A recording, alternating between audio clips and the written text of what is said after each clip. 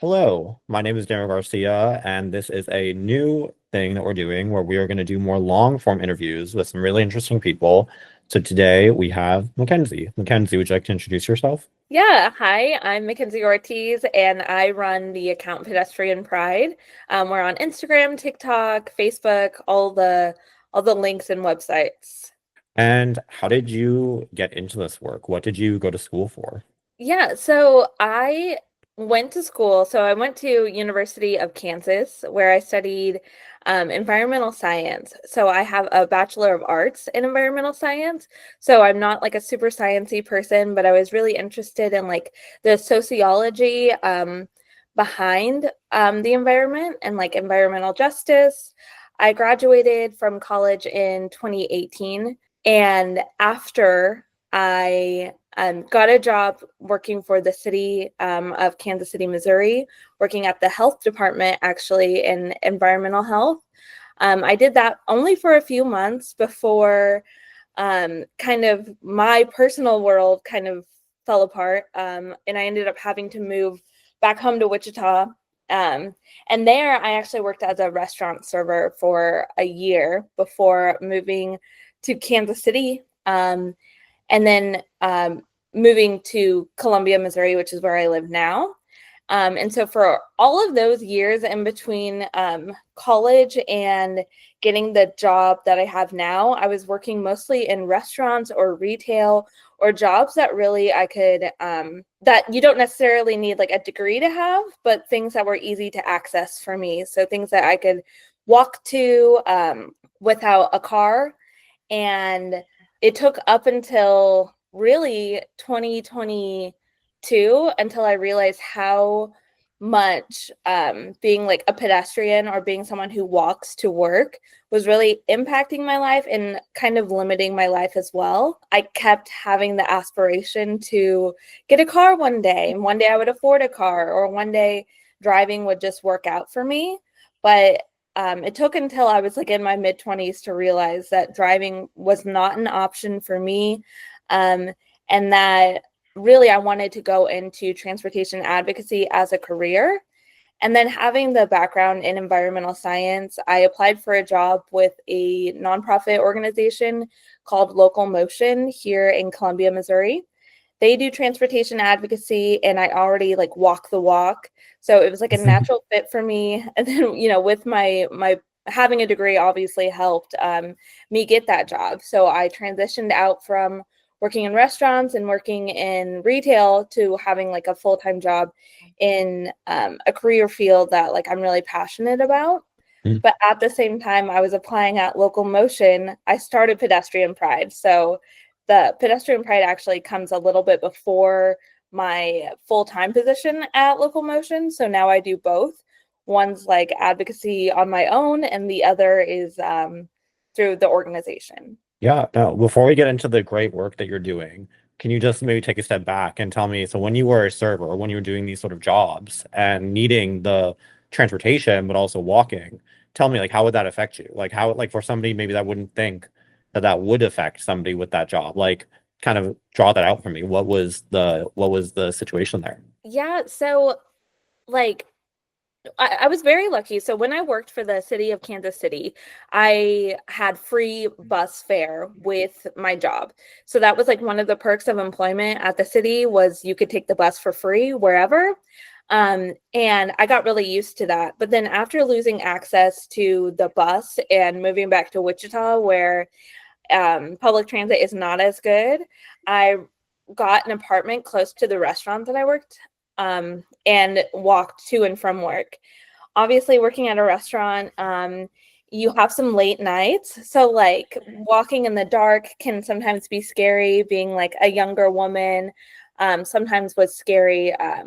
Just with like some, like street harassment that happens, and that at late at night when people are not on their best behavior. Um, Unfortunately. yeah, yeah. Well, I think we've like all been there before. Um, but luckily Wichita does have kind of like it's a trolley, it's a free trolley, and it connects pretty much the main street in Wichita, which is Douglas. It goes up and down Douglas Street and connects people. And so that was like my little commute. Like it was a commute accelerator. Like it took me from near my apartment to near where my job was. And it really alleviated some of that stress. But I kept thinking like, oh, well, this is just for now. This is just temporary until I get a car. Mm. But as a service worker, like I really couldn't afford to buy a car on my own, and I didn't want to like settle in Wichita. I really wanted to get out into like a bigger city with more opportunity. So when I came out to Kansas City, I was relying on the bus again. Yeah. And then shortly after I moved to Kansas City, the bus went fare free, which was very Mm. nice. That was COVID times. But even then, like sometimes the buses would stop running when I was, working as a restaurant server. It would stop running, and then I would have to walk the rest of the way home, oftentimes with a lot of cash. Like Mm. I would get paid cash at the end of the night, and so that was scary. And have I have actually been jumped before. And Oh my so God. I know. It's like it sounds so dramatic, but I was jumped once before. And so I did deal with some trauma around that. And it's something that I've like worked through. But most of the time, people that you meet while you're walking are like the best people ever. But there are just random acts of violence that do happen. And I have been a victim of that. But for the most part, I really love walking and I love taking the bus. If it was expanded to include later at night, I think that would be better for everyone. That way we're not having to deal with random interactions with A strangers late at night. 100%, 100%. There's always people I know that talk about the idea of sort of like the drunk bus, of like if we want to cut down on drunk driving, give people a way to get home that isn't, if the buses stop running at midnight, we know that people keep drinking past that time. So it's really just, it's a public safety issue, it's a health safety issue. It just would be better for everyone. Yeah, absolutely. And we in my college town we had like a safe bus, which was so popular. Like everyone used that. And at the time it was before like Uber had expanded to Kansas. Like the Kansas legislature didn't allow Uber in. And so the safe Mm. bus was like what everyone used. And then when like Uber and Lyft came around, it got less popular. But today, I mean, it still operates and it's still like people love it. It's a way to get home with your friends. You all go to generally the same area, like where the dorms are. Uh, Mm. yeah, I wish that we had something like that here because I live in a college town now. Mm. And I think we would really benefit from something like that. Definitely. So you have these experiences with public transportation. You live needing them. So tell me about the Pedestrian Pride Project and how that started. Yeah, okay. Pedestrian Pride actually started through I joined a program with Local Motion, who's my current employer, and they were working with leaders around the city of Columbia that were interested in transportation advocacy. And at this time, I was regularly crossing a certain street in my town. It's called it's University and College. So people that live here know where it is, and they know that it's kind of a scary intersection. And so I went to Reddit and I looked up I posted on Reddit. I was like, how can I make it less scary to cross this street? Because I nearly get hit every time I cross. And someone replied and was like, you should reach out to Local Motion. Like they work on like traffic calming and like making things safer for pedestrians.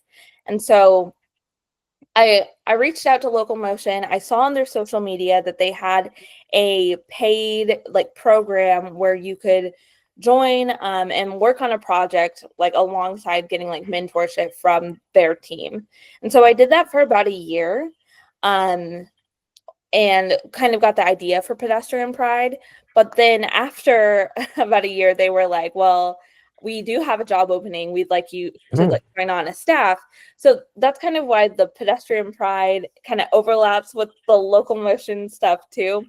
So it was really great that I got a job out of that. But Yeah. Pedestrian Pride really was in response to almost getting hit by cars. Um, Mm. yeah, while I was walking. And also Oh my God. I felt like as a someone who is not a student, lives in a college town, it seems like a lot of the conversation around like pedestrians is for like college students, like, oh, if Mm. you leave your car at home because you can't have it on campus, or oh, you don't have a car yet. But I really wanted to focus on like those of us who are pedestrians or non-drivers, like not as a temporary state necessarily, but as like this is like your life, you're, a working class commuter that gets to work via foot. That's kind of like my target audience, I guess. Like people like me. So Definitely. So, speaking of your target audience, you do really great work on social media advocating for pedestrian rights and walkability and just, I don't know, just making it comfortable to get places on foot. Can you tell me why you chose social media? Like, why, like, your origin story kind of started, like you said, you post on Reddit, and now you post a lot on like Instagram and TikTok. Why social media? Why did you choose that sort of as your form of advocacy?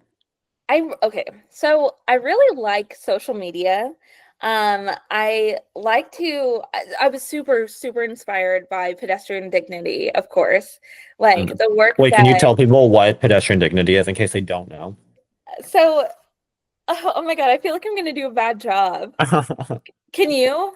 I Or mean, I would just say pedestrian dignity is again like they produce very good content, very engaging content talking about the rights of pedestrians. And I think they really bring it to like a mass kind of appeal. And so I think that it's like a sort of an example of an account that you could follow and not really know a lot before, but by following it, you would learn a lot just by watching their videos. Does that like summarize it? yes, exactly. And I think what I really liked is that like I had a lot of internalized shame that I didn't realize that I had around being like a pedestrian, like that like things that I was telling myself that I didn't realize, like, oh, you're bad because you walk, or you're poor, or people know that you're poor because you walk, or you're less than. And like Mhm. these were like narratives that I was telling myself over and over again. Um even like and I think that pedestrian dignity really woke me up to like think like, oh, just because I'm outside of a car doesn't mean that I don't deserve safety.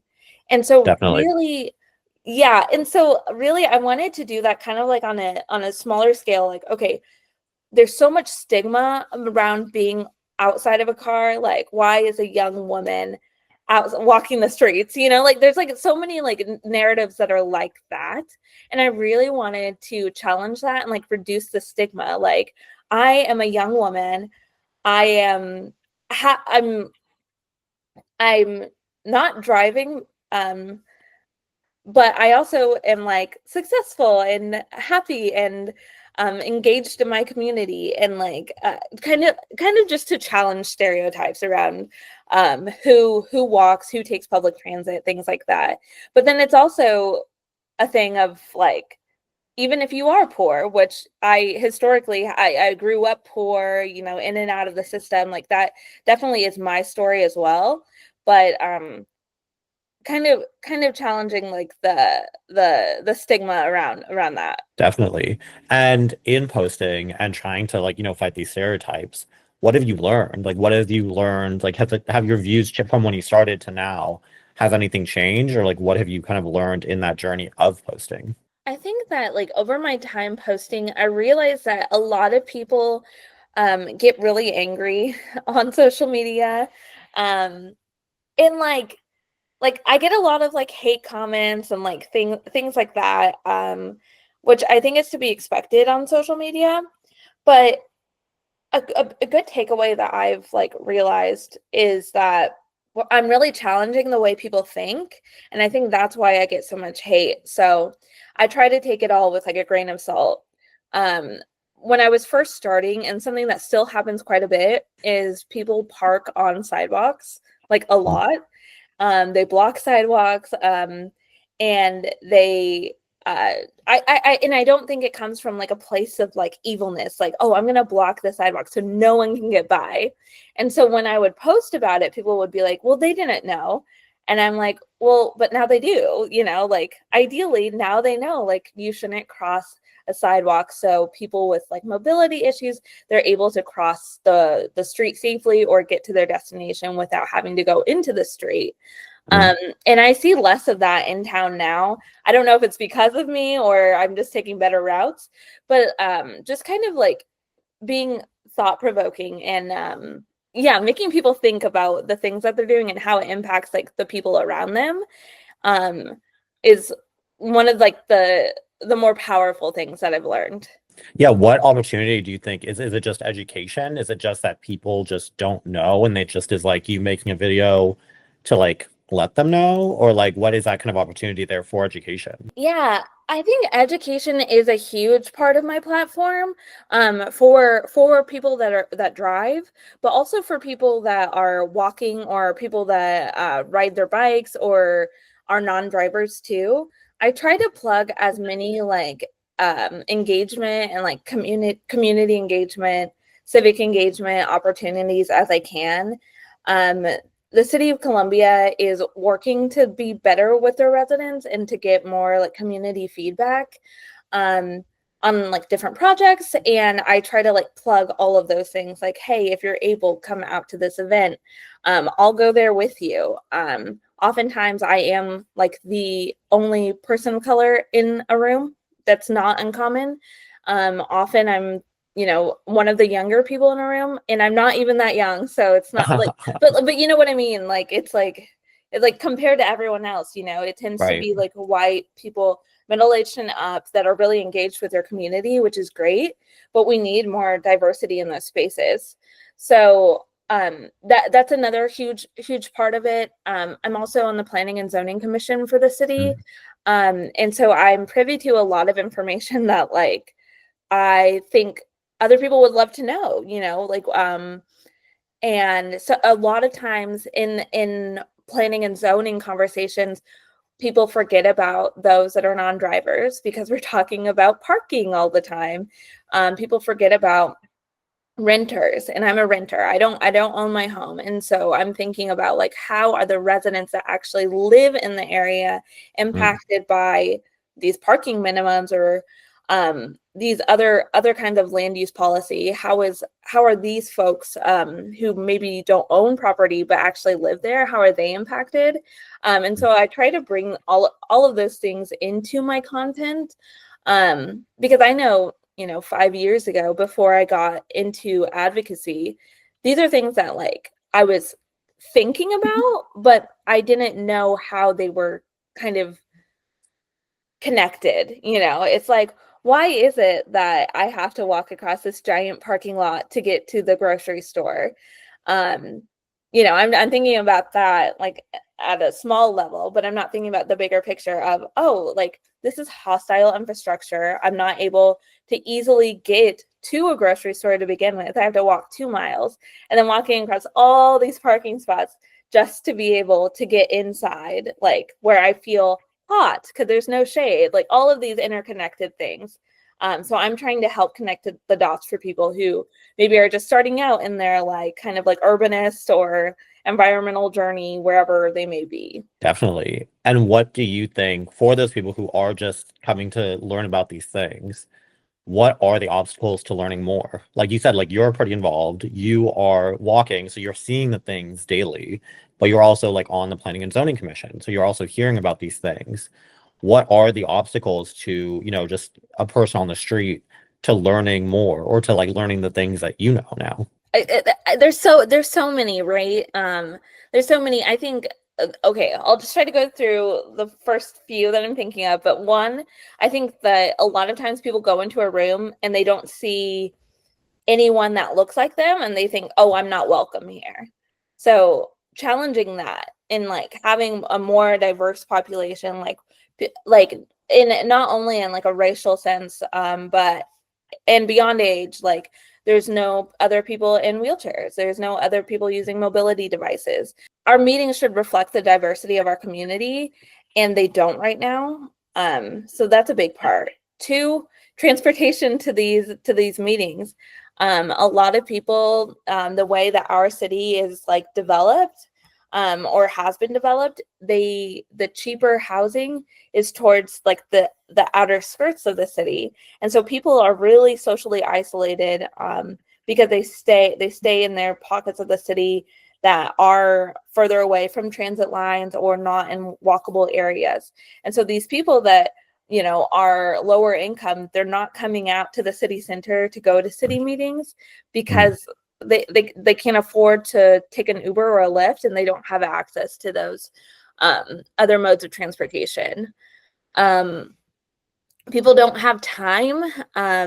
People are working. I remember when I was working retail, I was usually working like 6 to 2:30, and then like I had a second job on top of that.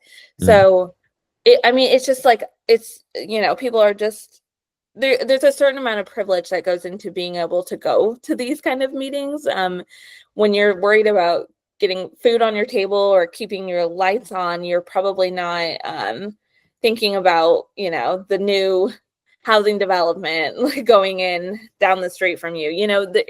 I think that just the hierarchy of needs, people are, it takes a certain amount of privilege to even keep up with this kind of stuff. Definitely. I definitely hear that. And I think that you're doing great work, though, trying to bring it to more people. So, with that great work that you're doing already, what kind of are your goals with locomotion, with your own social media? What do you hope to accomplish like in the next, 5, 10 years? What's your next goal? I think something that I would really like to do more of. I did my first like walk audit or like community walk at the Moving Missouri Forward summit here in Columbia, Missouri. And it was really fun. I was very nervous to host it because there was a lot of like professionals and like the transportation space that were there. And it was my first event as like pedestrian pride, like being my like online persona. So but that was a lot of fun. And I think that doing that kind of work in Columbia, in different parts of Columbia, and helping people do walk audits in their community is something that I really would like to do. I think that's one, but then two, like outside of the in-person like things in Columbia, I would really like to continue to create content and dedicate more time to it. Sharing people's like lived experience with transportation, not only just in Columbia, but like beyond. I don't know exactly what that looks like, but I had the opportunity to go to like a conference last year, and I recorded content for it and got to like take over their social media, and it was a lot of fun for me. Like I really like making like content and like being able to tell stories through like short videos, like short form. And I think I don't know. I think that sometimes I feel like I'm like uh I'm not formally trained on it, or I'm a little bit older than a lot of people in like the social media space. Not that I'm old by any means, but I really want to put myself out there and see what opportunities present themselves to me. Because honestly, like some of my best content is when I travel to cities that have good public transportation, and then like people in the comments are like, oh, like what if Columbia had that? Like Yeah, people can envision it for themselves. And I think, a lot of times when I talk to people in general about like the bus system here, they're like, oh, like I would never take the bus here, but I take it in Chicago. Like I take it elsewhere. And it's like, well, maybe if we had like a better bus system here, if we so our headways are like 90 minutes here. I So it's so bad. And it's like, yeah, like if we had better public transportation like there was in Chicago, um, maybe you would take it. So like maybe the problem isn't the bus. Maybe the problem is that, we're underfunding it and we're not developing it the way we should or investing in it. So I really like huge. to travel and yeah. Huge problem. I mean, people go to Disneyland and walk for like miles, right? And like take the monorail and walk around and get Dole Whip. Like people will walk if you make it comfortable and exciting and interesting for them. Like you said, Absolutely. I don't think the issue is ever that people can't or won't. It's how comfortable are you making the experience for them. making people wait 90 minutes for the next bus is not comfortable, it's not safe, and it's not feasible for people that, like you said, have jobs. Mm-hmm. Absolutely. Absolutely. Right now, you're in an advocacy role. Would you ever want to become more of an official urban planner? So, yes, when I was in college, I did take some classes in the urban planning department, and I always really liked it. I really liked planning. I studied in Germany for a little bit. I studied like urban planning of sustainable cities in Freiburg, Germany. And I would love to go more into planning. Obviously, being on the Planning and Zoning Commission, I've learned a lot. I've learned like it's funny, like I really like the community engagement side of planning and getting people involved and like repairing relationships and that side of planning and also like land use. But when it comes to like looking at like site maps or like buffers and things like that, I'm like, oh my goodness, I can't do it. Like I'm just like I don't think I have the type of brain to like to really understand those kind of things. So like the kind I would love to go back to school to do either like urban planning or like a like social policy type degree. That'd be really cool. I think that I'm interested to see where you go next because I think it'd be really interesting to see what you've learned, like being like literally on the street and then taking that into like the halls of power, more so even than you already are. What barriers do you see to going to school? Like, graduate school is expensive. School is also just a lot of time. What barriers do you see just for yourself and maybe for others to getting more involved officially with that kind of system to be official like an urban planner for a city? I think about my experience in college. So I'm the first in my family to go to, well, not go, but first to graduate from college. And it was really hard for me. I was working like 40 hours a week and going to school. But I noticed like as I was in college, there was like a lot of resentment that was building up. In school just because I really was envious of like my peers who got to experience college like in a carefree way and then like let's party, let's do all of the things because I really didn't have that family support. I didn't have a car. There were just so many other things that made college like a really difficult and isolating time for me. My grades reflected that my senior year.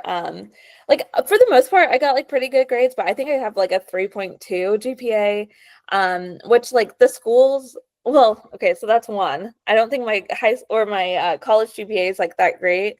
Two, there's not an accredited urban planning program in the state of Missouri. So I would have Wait, to, wait. Say that I'm being again. so There's serious. no accredited urban planning degree in the state of Missouri. Yeah, last time I checked. That is really crazy. So like if you can go to a school in Missouri, like Kansas City, Missouri, but the accreditation comes from Kansas State. So it comes from it comes from Kansas. And then you know what I mean? Yeah, but is that typical? Like, because I feel like I live in Washington State. I feel like Washington State, like I'm pretty sure. I mean, maybe I should go check now, but I'm pretty sure you can like get certified here. I cannot imagine what like the uproar would be if we said like, oh well, all of our urban planners are certified from California. Like people would lose their shit. Like, so I just can't imagine. So anyway, I'm like that is a huge barrier that I've never heard of. Yeah, I think like you can go to school for it. It just won't be like accredited. Like it won't it's not like I don't know. I really don't know what it means, but so like if I wanted to go to school, I would probably go to like Iowa, Kansas, or maybe like any regardless, I would have to either go out of state or go to like the edge of the states because like can I'm in the middle of the state and then there's like Kansas City and St. Louis on either side. And so like St. Louis and Kansas City, like that would open up a lot more opportunities because they're both like on the border of different states. So like ideally I could go one of those directions, but then it's like, okay, as like a non-driver, I'm thinking like, okay, how am I one going to get there? Two, I'm going to have to find housing that is close enough to wherever I'm going, like close enough to public transit or close to walking distance. And like all of that is so desirable, which means the cost of living there is going to be very expensive on top of like paying the bills for college and everything. So yeah, those are things that I definitely think about. It's probably why I haven't done it yet. Yeah. Okay, cool, cool. Excited to see what you do next because I do think that like now I'm even more like you need to become an urban planner only because, but I do first think that they should have a accreditation within the state because that's really crazy to me. That is like how people who live in like whether you say like Columbus, like it should just you should be able to just like live there and not have to like leave just to like be an urban like I don't know. That's insane. Um, anyway. What is your favorite part of the city and why? Oh God. I will say East Campus, which is here. I live here. It is in a like it has a special overlay.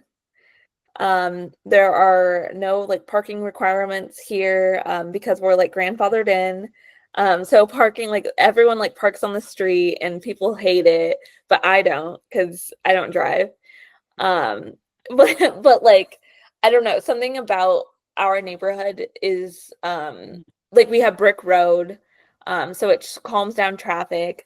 I live near a park where you can hike down and like actually have access to getting like to the other side of the park to get access to another area uptown. You know, like it doesn't just go nowhere or go in a loop. Like you can actually you can use it to like commute somewhere. Yeah, it's just really quaint. We have like mixed use. There's like a cute little which is very, oh my God, I'm all over the place. We have mixed use. We have a little deli down the street from my place, and that is like so rare. Like that does not happen out here. But we have that. And then we also have like multifamily next to single family. We like all in a row. Like I'm multifamily, two doors down is single family zone. It's a lot of spot zoning.